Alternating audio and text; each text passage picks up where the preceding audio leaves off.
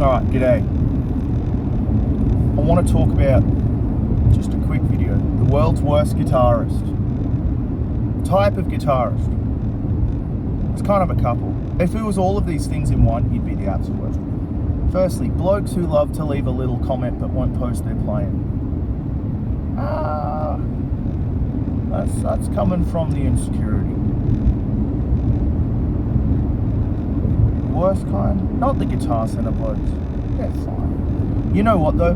The kind of bloke who loves to say a very strong opinion with no research, study, or way to back it up. You're just painting yourself into this crazy box. I feel like that's what I did when I was 12, and I'd say to my guitar teacher, like, oh, I don't think this pedal's very good. And then he'd go, well, you haven't played it. Or you've played it for 2 seconds. And then I'd go, oh, that's really good. He'd go, yeah, I know. You know, and I got over that by the time I was older. Like, these broad sweeping statements these cats make, it gets a little crazy. You know, often I see guys being like, well, I won't go digital, or you should just go digital, or I won't play unless it's a 412.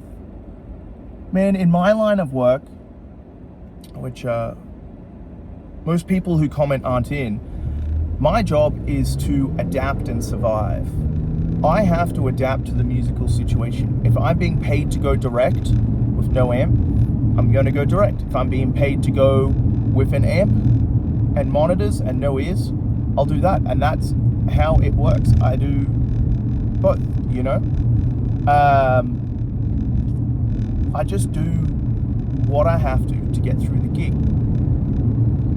People often have, you know, commented, oh, digital isn't musical.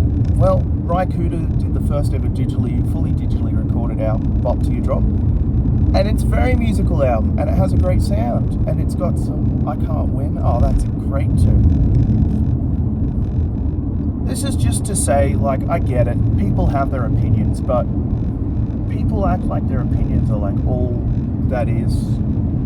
But often I find that people with the strongest opinions have the least amount of experience in that field.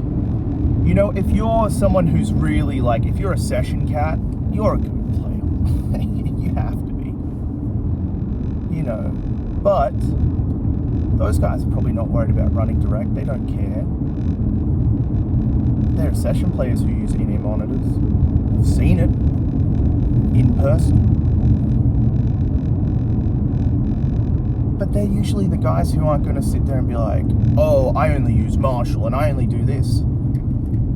You know, the best players I know are the players who can adapt to the given situation and provide for the job at hand, which is what any job really is. If you work in IT and they say, hey, it's really great that you understand security systems, but I need you to code this website or you don't get paid.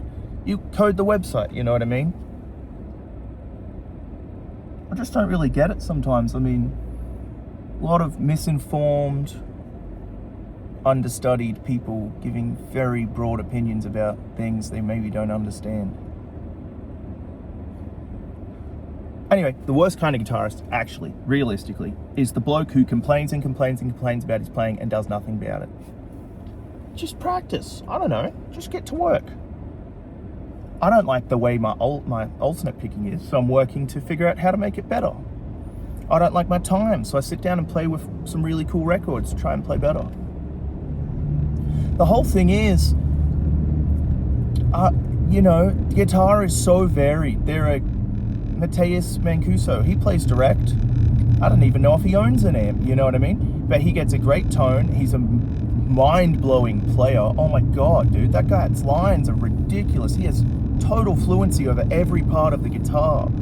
Harmony, melody, rhythm, the fretboard, tone. He sounds great and he does his thing. But he's not worried about what people think.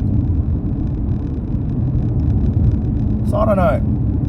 This is my PSA, my public service announcement, my RSA, ruse service announcement. Just do what makes you happy. And, I don't know. Unless you're paying them, don't try and tell other guitarists what to do. That's a good one. We've all got to figure it out.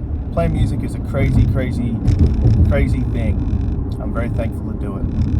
Anyway, that's it. Peace, y'all.